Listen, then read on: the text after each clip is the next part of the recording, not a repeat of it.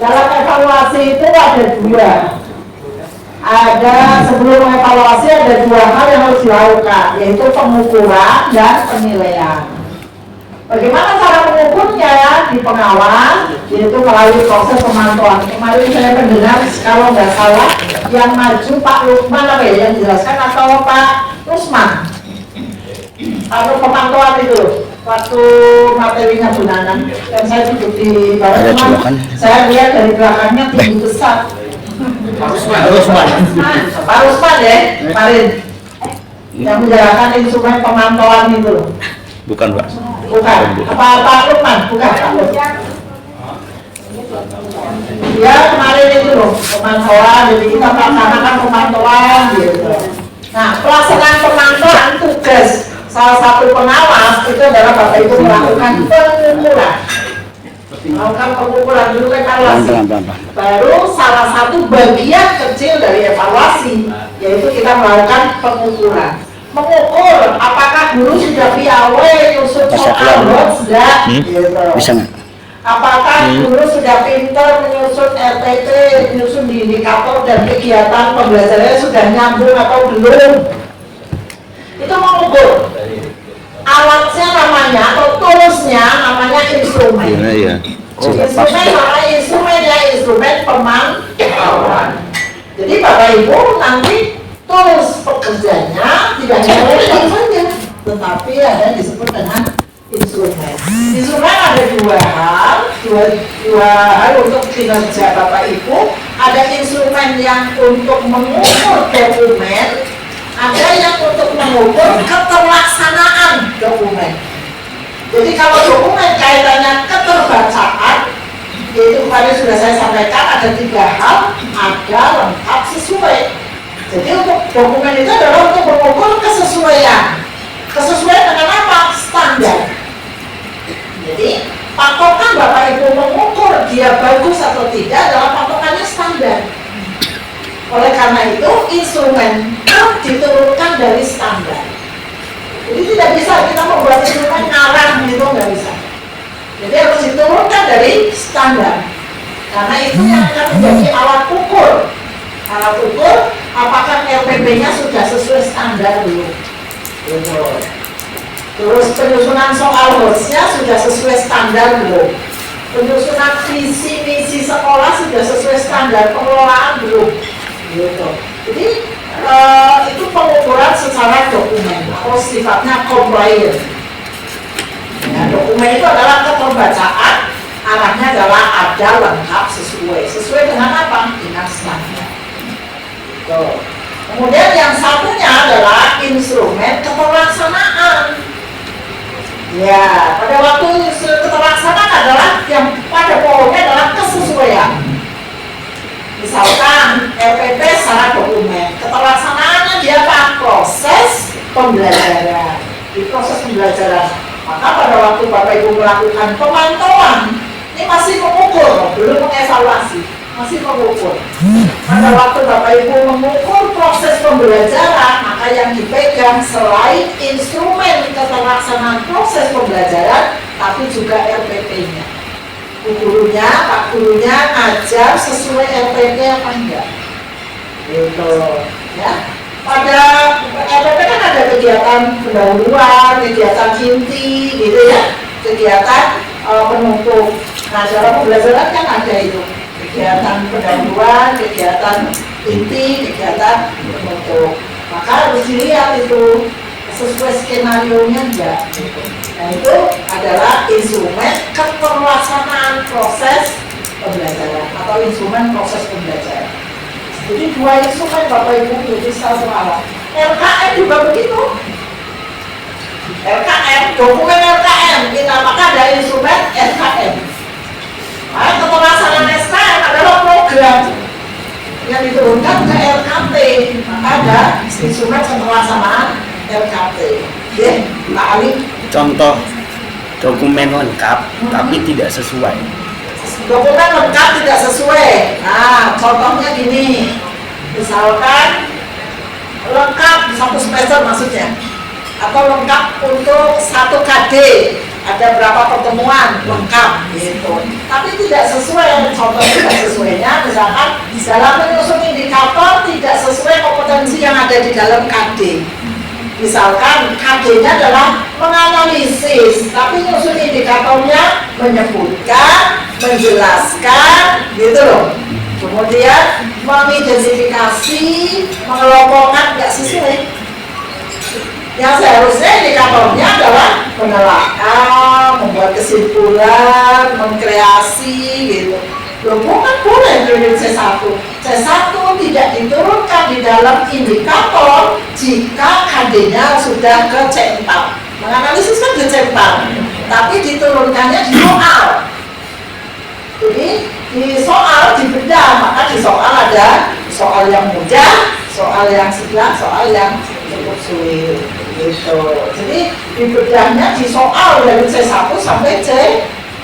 Karena apa? Di KD tidak perlu dibedah kalau jika KD-nya sudah capaiannya sudah analisis, berarti cetak.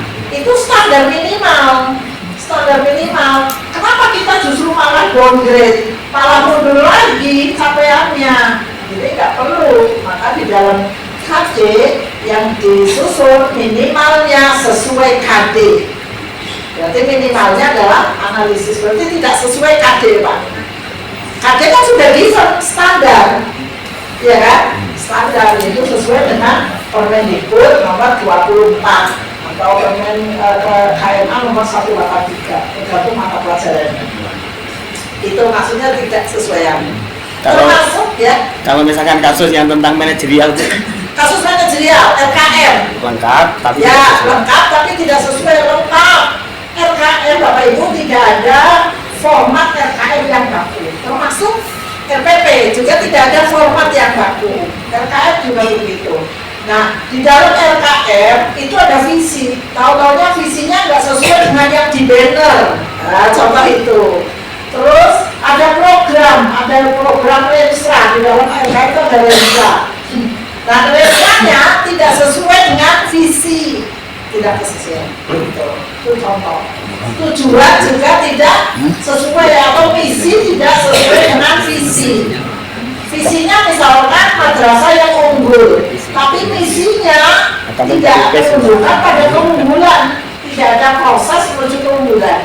Bahasa misi itu kan meningkatkan, memberdayakan, mengadakan, memperbaiki, itu bahasa misi. Tapi bahasa visi kan terwujudnya, terciptanya, terbentuknya, itu bahasa visi. Gitu. Nah, tapi visinya tidak sesuai misalkan ya. Jadi kesesuaian, dan itu masuk di kategori standar pengelolaan. ya Bu. Ya, itu baru mengukur. Setelah diukur, Bapak Ibu dalam mengukur kan checklist lah. Checklist, catatan observasi, catatan wawancara, itu mengukur. Setelah diukur, baru dinilai.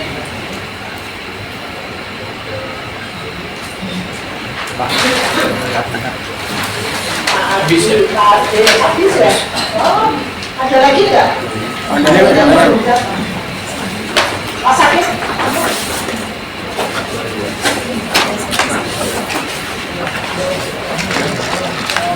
Wah, ini ya. Tapi domestik.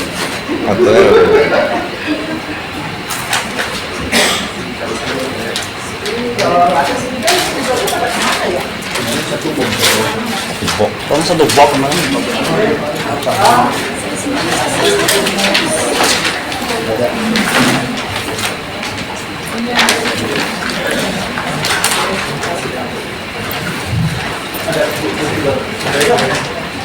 Jadi pengukuran itu tadi caranya, memberikan checklist itu mengukur.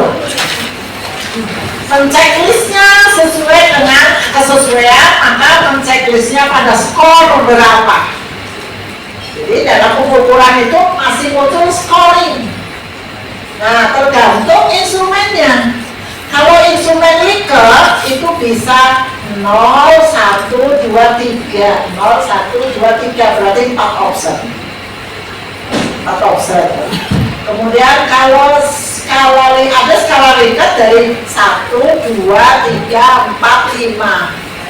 Berarti nilai tertinggi, skor tertinggi 5. Ada 0, 1, 2, 3, 4. 5 option, tapi skor tertingginya 4. Tapi kalau 0, 1 tidak bisa dikatakan Likert. Itu namanya monotomi.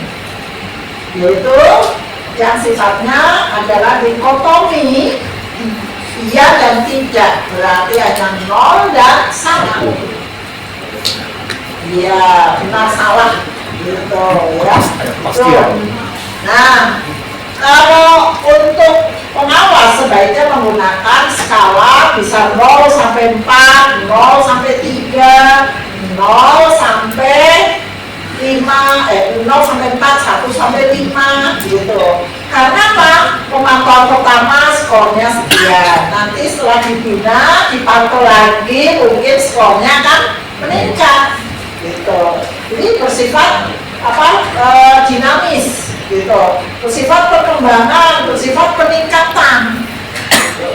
Jadi tidak baku. Artinya tidak baku bahwa tidak absolut. Tidak absolut bahwa tidak iya dan tidak. Nah, bagaimana dengan kalau ada iya dan tidak boleh, tetapi iya tidak, kemudian di belakangnya beri catatan, gitu. Jadi tidak absolut ya tidaknya, tetapi jika iya apa, jika tidak apa kekurangannya. Nah, boleh dengan iya tidak. Nanti saya kasih contoh-contoh instrumen.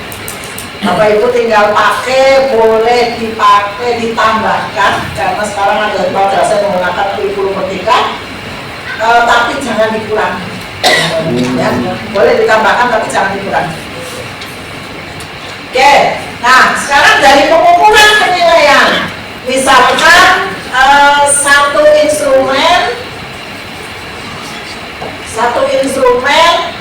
jumlah item instrumennya misalkan 20, jumlah item, jumlah soalnya, skornya adalah 1 sampai 4, 1, 2, 3, 4. Berarti skor tertinggi 4. Dan total skornya berarti 80 untuk cara menilai instrumen. Nah, tadi sudah diukur checklist. Perolehan skornya misalkan hanya 60 dari mana? Ada yang di checklist 1, ada yang di checklist 2, ada yang di checklist 3 gitu. Perolehan skornya 60. Maka nilai N sama dengan 60 per 80 kali 100. Ya, ada 100% ini. Jadi sama dengan, nah ini baru namanya nilai. Maka dalam evaluasi begitu, ya, nilai. Nah, bagaimana untuk membina berikutnya, memantau berikutnya? Maka yang mendapatkan skor 1, skor 2, Bapak Ibu beri catatan itu untuk pembinaan berikutnya. Gitu. Maka ada temuan nih dalam pemantauan. Temuannya apa? Yang dihitung temuan yang perlu ada perbaikan adalah yang mendapatkan skor 1, skor 2 pada poin nomor berapa sih? Dulu lemahnya apa? Gitu. Nah itu yang direkap oleh Bapak Ibu. Direkap. Merekap itu namanya mengevaluasi. Gitu. Rekap itu namanya mengevaluasi. Rekap hasil pemantauan, guru nggak bisa ini diambil dari hasil penilaian yang mendapatkan skor 1, skor 2 gitu. Kemudian direkap Bapak Ibu. Kemudian pemantauan berikutnya punya peningkatan enggak? Di akhir tahun Bapak Ibu merekap pemantauannya berapa kali pada sekolah binaan Bapak Ibu. Kan sesuai jadwal.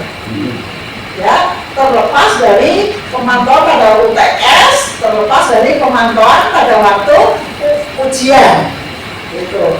Jadi yang sifatnya rutinitas. Direkap, kemudian di akhir tahun itulah yang disebut dengan evaluasi pemantauan 1 tahun atau 1 semester. Karena program pengawas ada program semester, maka dievaluasinya per semester. Jadi hasil rekap berapa pemantauan, berapa kali Bu saya harus ke sekolah bina, tergantung jumlah madrasah. Karena setiap kecamatan, setiap kabupaten berbeda.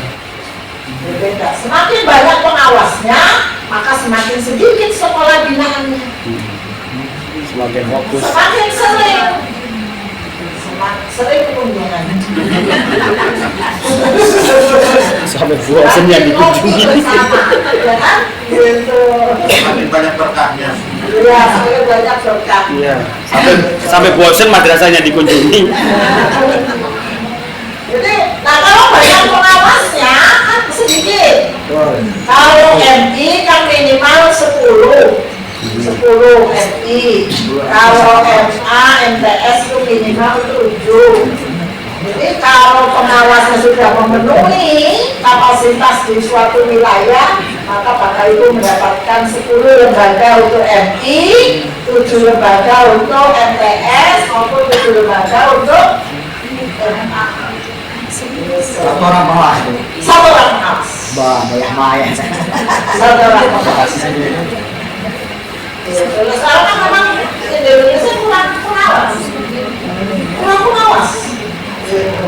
Pengawas yang ada dia S3 sambung 10 sambung.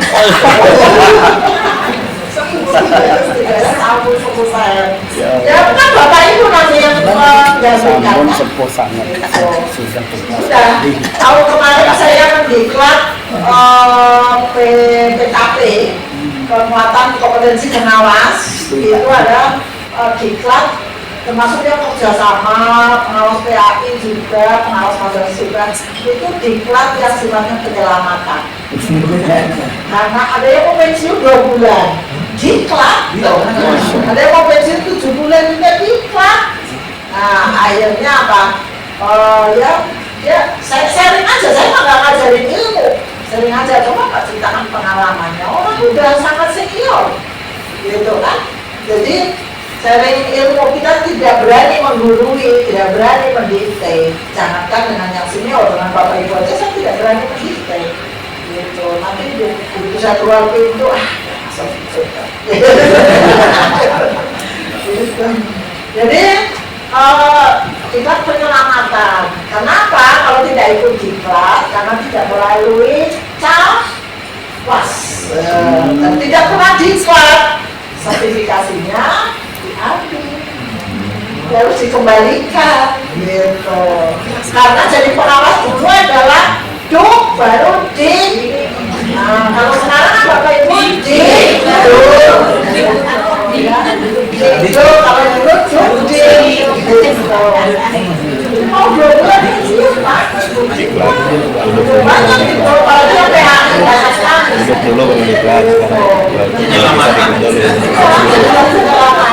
Jadi beruntung Bapak Ibu sekarang adalah ikut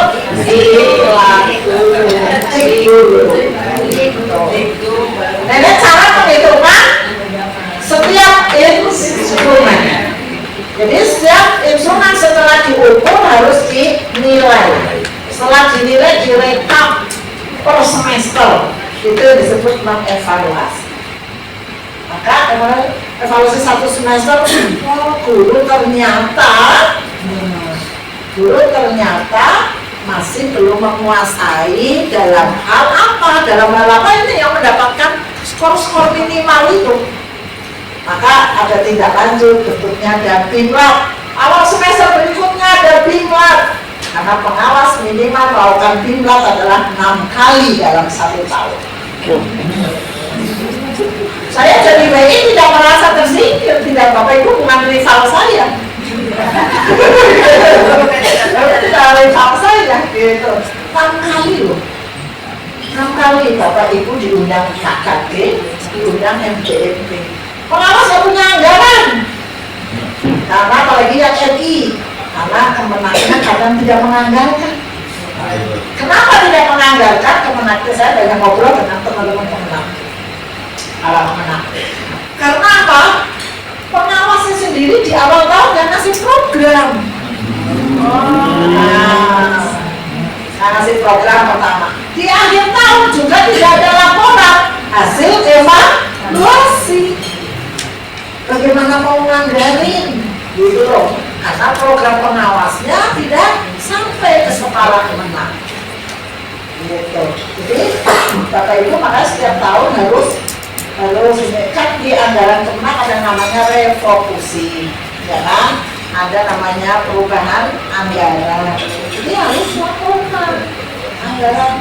Pak, kami ini nanti program kami ada imlak karena hasil evaluasi triwulan misalnya itu guru lemah di sini, gitu loh. Maka perlu mohon dibantu difasilitasi untuk adanya IHT, untuk adanya workshop, gitu. Jangan ngambil kemenangan ngambilnya WI, ada pengawas, gitu. Berdaya kan betul. Pengawas kan saya punya kan, saya sedih dengan kondisi pengawas. Kita uji kemenang, di pojok, ruangan. Ya kan? Cuma ada meja sama kalender sama beberapa bangku kosong, selalu kosong. Ya kalau ditanya paling enak lagi di mana? Di sekolah binaan, padahal masih di rumah. Jadi pagi Bapak Ibu, pok jawasnya harus belajar. Itu pok jawas itu kumpul dulu, briefing dengan teman-temannya. Setelah itu baru ke sekolah-sekolah binaan. Pulang sekolah binaan, ngomong pulang ke rumah dulu kayak apa itu urusan Bapak Ibu lah. Tapi begitu sore mau absen kumpul lagi, kita melakukan diskusi kecil. Apa tadi yang didapat di sekolah ini? Sharing pengalaman, sharing kasus. Mungkin ada kasus yang sifatnya klinis yang tidak bisa Bapak Ibu atasi sendiri, sehingga perlu disaringkan ke teman. Yang perlu dijaga adalah nama. Misalkan Bu Santi gitu punya problem itu loh, guru di madrasah dulu jangan disebutkan namanya.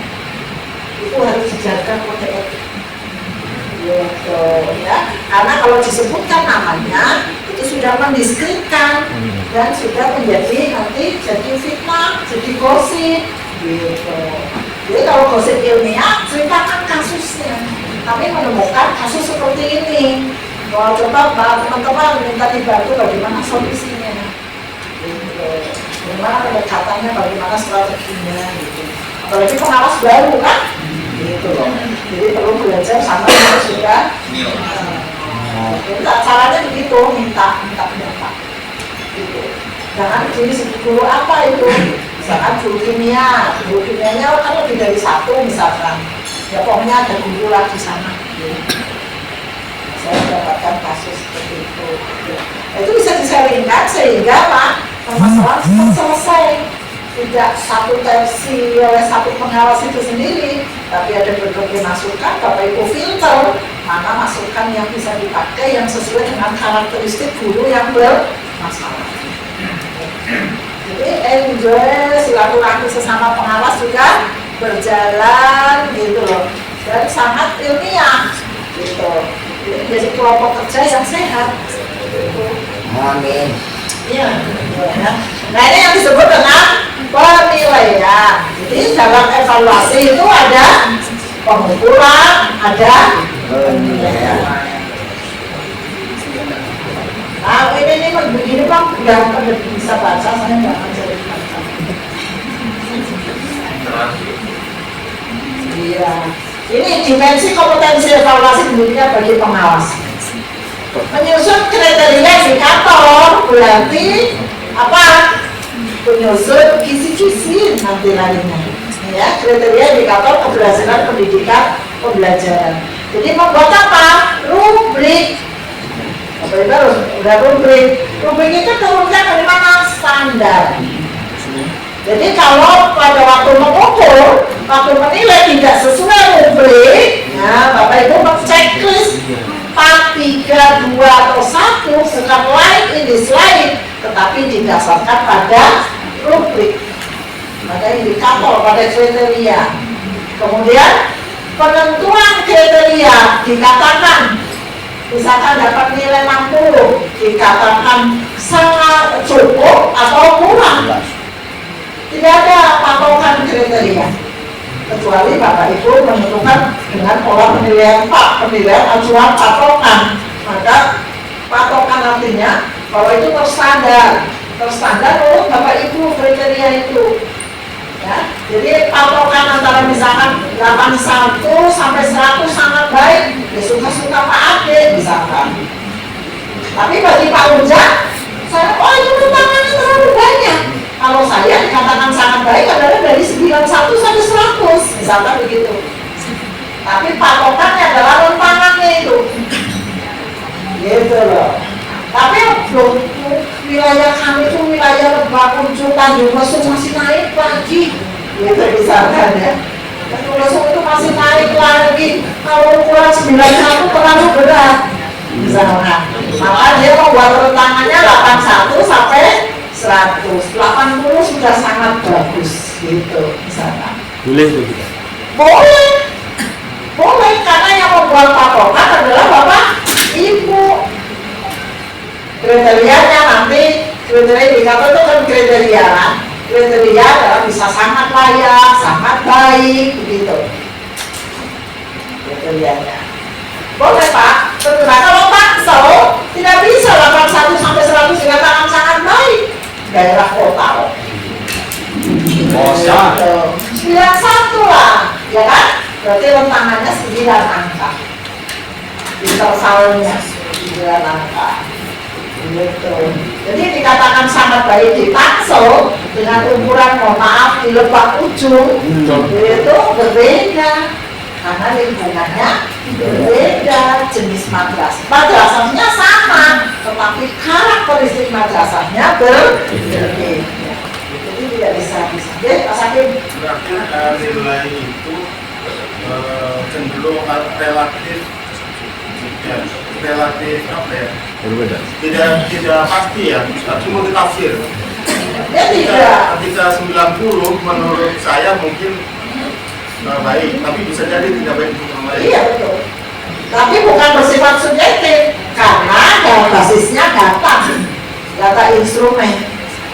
Di Lebak sana mungkin sinyal susah, mohon maaf ya, jadi contoh saja. Betul. Sinyal susah, sehingga mungkin dia pintar IT, tetapi karena sinyal susah, jadi terhambat loh. Ya, itu menjadi terhambat, sehingga akan berpengaruh terhadap kinerja dia. Tapi dia mengerjakannya secara manual saja sudah bagus, gitu loh. Gitu. Sama dengan di kelas Bapak Ibu, makanya tidak ada ranking untuk anak-anak. Si A dapat 91 wajar, dapat 90 wajar, karena dia cerdas. Tapi kalau yang cerdas dapat 60 tidak wajar. Tapi bagi yang onak dapat 60 sudah senang sekali, sudah maksimal. Itu Pak. Tidak subjektif, karena berdasarkan potensi. Itu Pak. Jadi 81 potensi di Lebak sudah cukup bagus dengan sinyal susah gitu loh Pak. Terus yang namanya nilai kan bentuknya informatif. Jadi menyampaikan kualitas seseorang kepada orang lain. Iya, itu potensi. Ketika orang lain itu membaca si A dan si B dengan nilai yang sama, kan tafsiran orang itu kualitasnya sama. Karena ada kriteria Pak, kriteria sangat baik. Iya, kan. Ada kriteria. Jadi 81 sampai 100 untuk daerah Lebak Ujung yang susah sinyal, kemudian madrasahnya juga syarat dengan peralatan yang sederhana, ya kan? Tapi performanya bagus, gitu. Maka di sini dia sangat bagus. Tapi dengan kondisi daya dukung yang kurang, maka kriterianya menjadi 81 sampai 100 kan rentangan Pak. 81 sampai 100 mungkin dia nilainya 90, dia tidak rentangan. Tetapi bagi kota perkotaan aksesnya mudah, internet mudah, kondisi madrasahnya bagus, guru untuk meningkatkan kompetensinya juga lebih mudah, gitu loh. Jadi dikatakan bagus itu kriteria sudah harus 90 ke atas. karena segalanya bisa mudah. Gitu loh Pak. Karena ada rentangan, di sini rentangannya 18, satu rentangannya 9. Yang di sebelah kan sangat baiknya orang Lebak, sangat baiknya orang Jakarta berbeda. Jangan orang Jakarta, Tangsel saja berbeda Pak.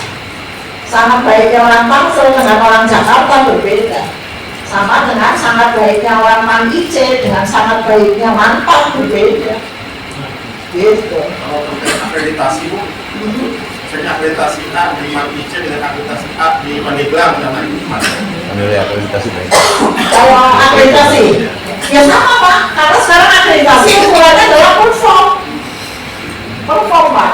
Yang penting akreditasi A di Jakarta itu akan menjadi sama Pak dengan ini, sama dengan yang Tangsel dengan sana juga kategori kriterianya sangat baik kan sama. Lihat pada kriterianya kan sama, gitu loh. Tapi begitu misalkan akreditasi A, performnya gunung ajarnya kelasnya mewah, terus pelayanannya juga bagus gitu. Nah di sana di Lebak misalkan, saya kasih contoh Lebak asli jangan tersinggung ya. Itu apa yang bagus? Ya, terus di Lebak kondisi ruangan mungkin tidak ber-AC, ber-AC angin silir gitu ya, tapi berjendela, ya kan? Berjendela. Terus bangunannya mungkin tidak menggunakan wallpaper, gitu. Tapi sederhana, tapi bersih, Pak. Itu sama-sama bisa mendapatkan nilai A, tapi dengan kondisi yang berbeda. Sama dengan ini bisa mendapatkan kriteria A sangat baik, tapi dengan kondisi guru yang berbeda. Jadi terserah Bapak Ibu mau buat kriterianya. Yang penting ini yang namanya dengan menggunakan istilah PAP, bukan PAM. Ya, penilaian acuan patokan. Gitu. Ini lebih fair dibanding dengan norm. Karena dengan norm itu dengan kurva normal. Kalau norm itu ada pembulatan 59 jadi 6, berarti ada nilai kemanusiaan. Gitu. Tapi kalau patokan udah jelas mau 6, sekian, mau jadi ya udah kategori sekian gitu loh. Udah jelas. Jadi tidak menggunakan PAM, penilaian acuan norm. Gitu, norma. Jadi menggunakan patokan. Jadi udah jelas itu patokan. 90 di Lebak sudah sangat baik. 92 di Lebak juga sangat baik. Di Tangsel pun sangat baik. Karena di Tangsel 91 sampai 100. Mau 92, nilainya beda 93,5. Yang di sini 92, sama-sama kriterianya sangat baik. Tidak bisa dibulatkan 93,5 jadi 96. Makanya kalau di sekolah lapor menggunakan kriteria norm, ya norma banyak nilai kemanusiaan. 5,6 aja bisa jadi 6 ya. Gitu. Bisa jadi 8. Jauh banget kan jadi 8 gitu. Jadi kalau norma dalam bulan Sifat kemanusiaannya tinggi. iya, bisa tinggi. Humanis. Rahasia itu mah. Ini kemudian yang kedua, pembimbing guru dalam menentukan aspek yang penting dinilai, ya. Aspek penting itu tadi bersifat dokumenter, dokumentasi, dan proses. Proses adalah perform. Kalau dokumen adalah compliant. Nah, karena disebut compliant harus lengkap, harus ada. Itu sifat compliant itu lengkap, ada. Begitu proses sesuai enggak? Jadi kan mata pelajaran dan rumpun mata pelajaran. Ingat Bapak Ibu adalah pengawas madrasah. Gitu. Berarti pengawas semua guru. Semua guru juga termasuk kepala sekolah, termasuk pendik. Jadi datang pertama memantau guru, kumpulin, mau perumpun kek, mau apa itu urusan Bapak Ibu. Jadi karena pendekatan di dalam pemantauan boleh bersifat individu, boleh bersifat kelompok. Kemudian berikutnya Bilang aja kepala sekolah, Pak, minggu ini, hari ini saya sudah komunikasi dengan rukun guru ini, kami mau melakukan pemantauan administrasi dulu, misalkan perangkat pembelajaran. Terus juga selesai laporkan, diskusikan SPT dengan kepala sekolahnya, kepala madrasahnya.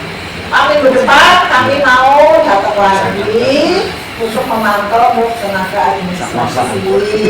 Misalkan itu. Jadi tidak bisa sehari full di sekolah satu saja, tapi sebaiknya perlu itu saja. Rumput. Jadi, tapi kalau jaraknya jauh-jauh ya boleh satu hari ya teknik, ya kepala madrasahnya, ya gurunya, ya boleh cuma teknis lah.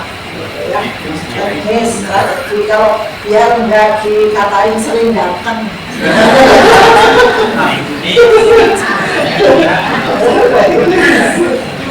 Indikasi ya, sekolah tidak banyak dikunjungi pengawas. Sekali ya. Hebat ya. Iya betul.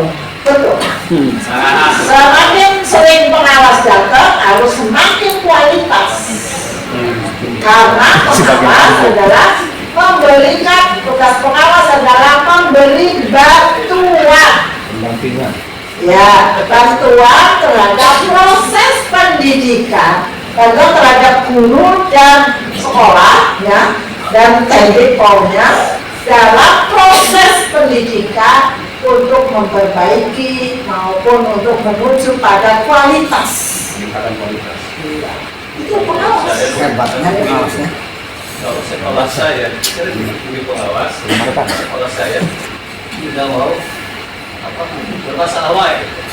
Kenapa? Artinya ketika dikasih pilihan masuk saja. Terus? Tapi orang ini baiknya ketika di kamar teman saya. Yang paling pengawas. Oh tidak, apa bukan polisi sekolah. Kalau menjadi masalah, dulu jadi polisi sekolah ya. Gitu. Ini pengawas itu adalah sebagai konselor, sebagai konsultan. Konsultan. Maka harus jangan menunggu kalau ada regulasi Bapak Ibu harus sering berselancar, sering belanja ilmu terhadap pusat sumber. Pusat sumber itu bisa kementerian, ya, bisa kementerian tetangga, itu pusat sumber, gitu. Terus Bapak Ibu bisa tanyakan pada ahli mana ada hal-hal yang baru. Jangan sampai keduluan kepala madrasahnya ataupun bahkan gurunya. Disitulah letak pengawas tidak dihargai karena ilmunya terbelakang, ketinggalan. Apa yang mau didapat dari pengawas? Gue lebih tahu. Akhirnya kebiasaan pengawas jatuh, para ilmu jatuh. Di bawah. Iya.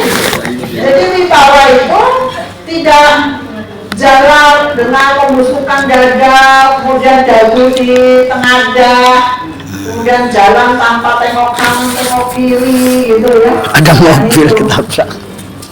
Bahwa adalah bagaimana dia penguasaan ilmu wawasan yang orang lain belum tahu, kita udah tahu dan disosialisasikan. Jadi jangan pelit ilmu. Kalau pelit ilmu nggak akan dapat berkah. Sampaikan aja ilmu itu gratisin aja, nggak apa-apa. Nanti akan sama kita menanam sesuatu mesti di sekitarnya akan tumbuh rumput ya. Iya. Jadi akan subur sendiri, akan subur sendiri. Tapi kalau ditanya ilmu ini banyak piro.